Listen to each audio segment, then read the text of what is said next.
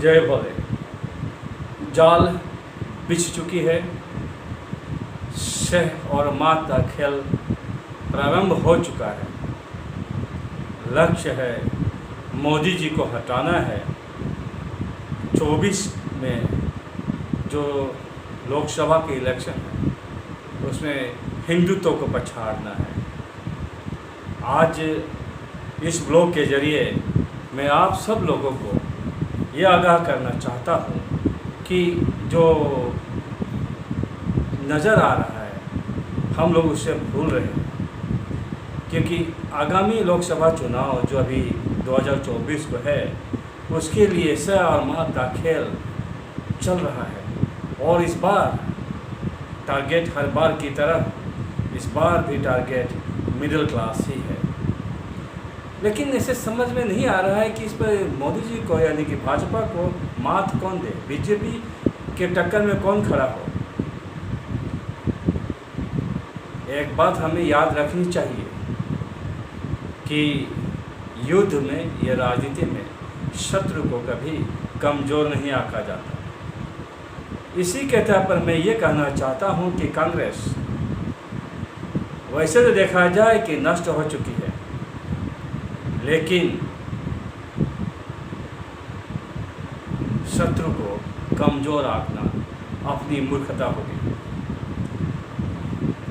हर बार की तरह इस बार भी कांग्रेस जोर लगाएगी, लेकिन एक बात याद रखना पड़ेगा कि बीजेपी ने कांग्रेस को इतनी देर तक सत्ता से बाहर रख दिया।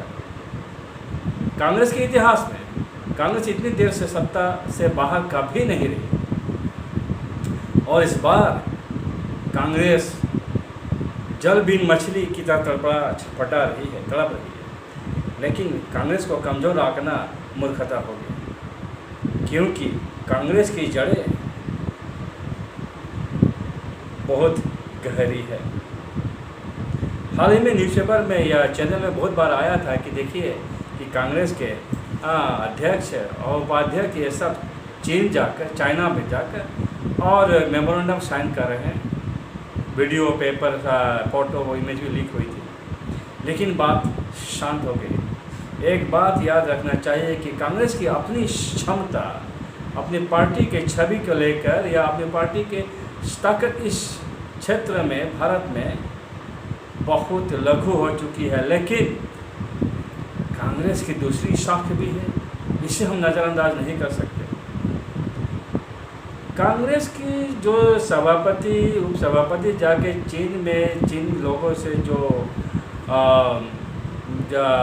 मेमोरेंडम साइन करता है, शी जिनपिंग वगैरह किसी के साथ में तस्वीर आया था।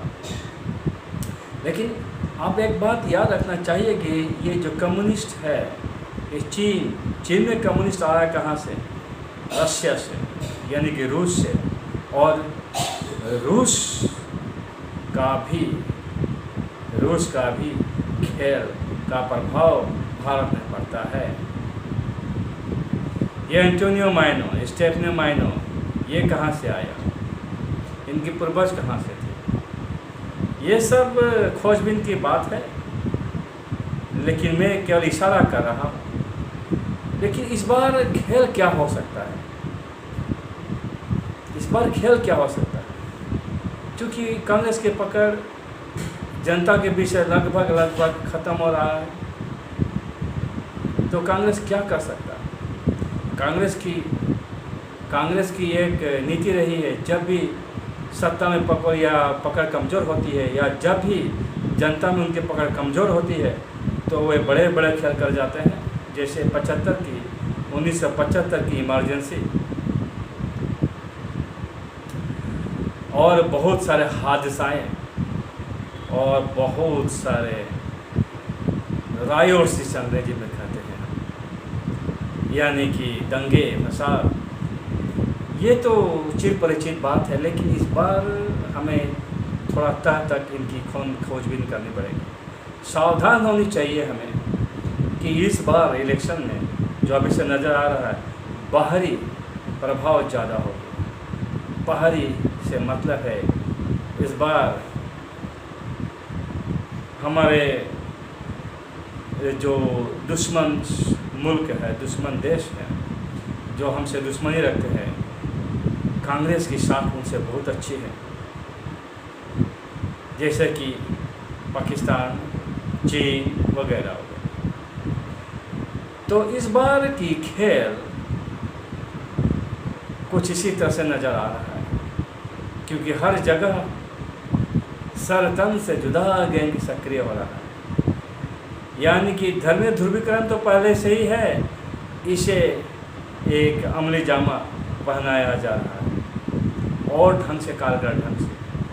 हमें सावधान होने की बात है, क्योंकि इस बार जहाँ जहाँ ईसाई मेजॉरिटी देश है, प्रदेश है, जैसे कि उत्तर पूर्व हुआ, या जहाँ ईसाई बहुसंख्यक होने के कगार पर है, या उनकी वोट बैंक है, जैसे कि अब केरल लीजिए और उत्तर पूर्व के राज्यों को लीजिए, जहाँ जहाँ मेघालय हुआ, मिजोरम हुआ, नागालैंड हुआ, और भी कहीं के हर जगह इनका गेम प्लान चालू है, स्लीपर सेल एक्टिव हो चुके हैं।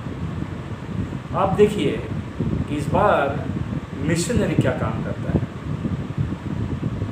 भाजपा को वोट इनके द्वारा नहीं मिलता, हाँ भाजपा से फ़ायदा इन लोग जरूर उठाते हैं। तो ये उत्तर पूर्व की ओर से एक प्रभाव डालने की कोशिश जरूर की जाएगी, और दूसरी ओर तीन तिगाड़ा काम बिगाड़ा, स्वयं का भी अपना भी। दूसरी ओर एक जो भारी प्रभाव हम पर पड़ेगी, और जिसका डीप एसेट हमारे देश में बस चुका है। अब डीप एसेट टर्मिनोलॉजी को अब किसी और में समझेंगे हम, और जिसका स्लीपर सेल हर जगह एक्टिव है। पाकिस्तान, बांग्लादेश और एक खालिस्तानी। आप ये बात को कम में मत आकिए कि बांग्लादेश हमारे मित्र, बांग्लादेश एक इस्लाम राष्ट्र है। हिंदुओं की क्या गति है ये चिर परिचित है, और बांग्लादेश जब तक कमज़ोर है तब तक कमज़ोर है, लेकिन हर खुराफात हर तरह से करता है। बांग्लादेश घुसपैठी है, भारत में किस किस साल में कितना बच चुका है, और उनके जिहादी कार्यकलाप के बारे में बताने का कोई ज़रूरत नहीं, हर एक को पता है।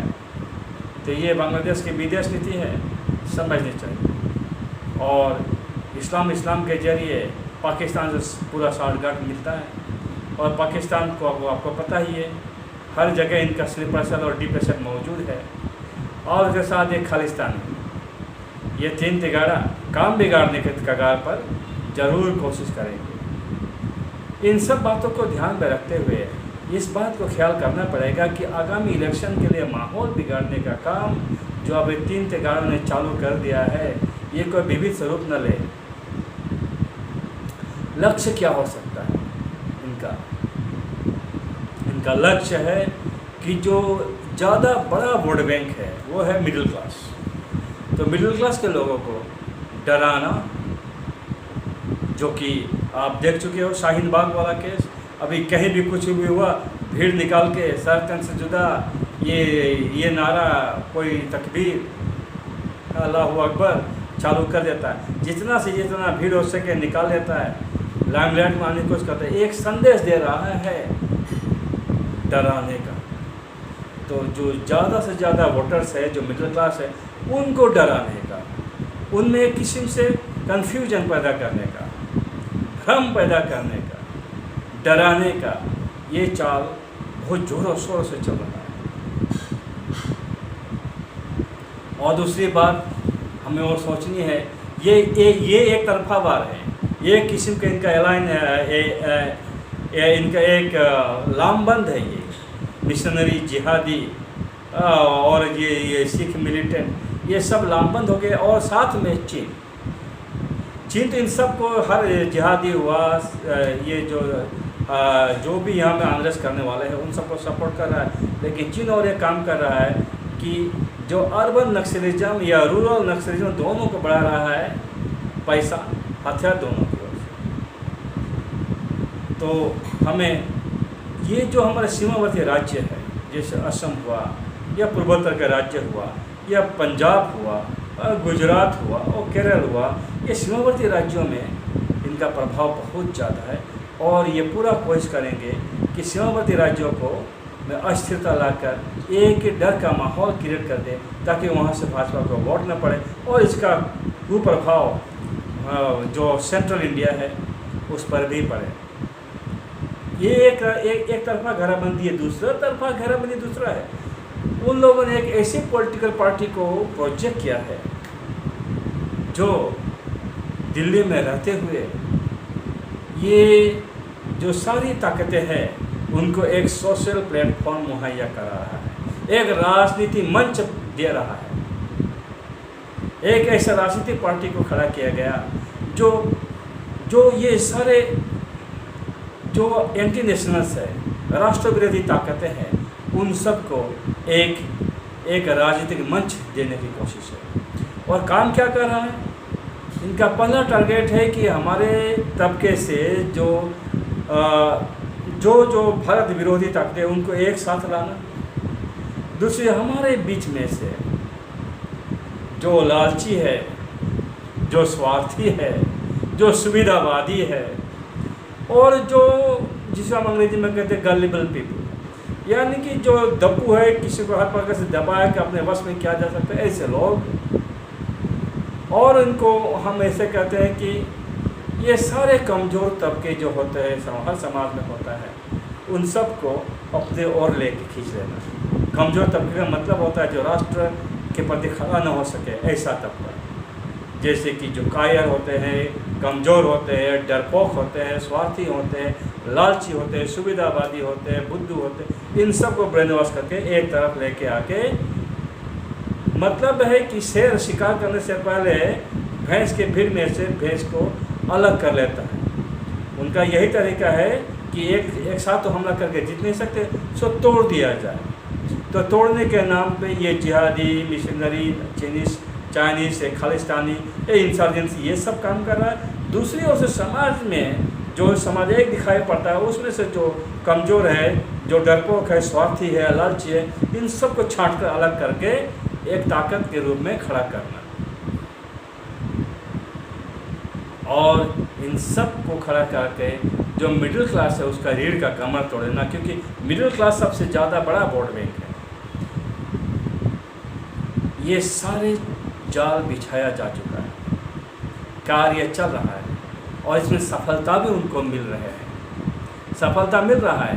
पंजाब ले लीजिए, अब दिल्ली से बैठा मुख्यमंत्री असम के शिक्षा को बारे में टिप्पणी कर रहा है और यहाँ में कोशिश कर रहा है। यहाँ उनके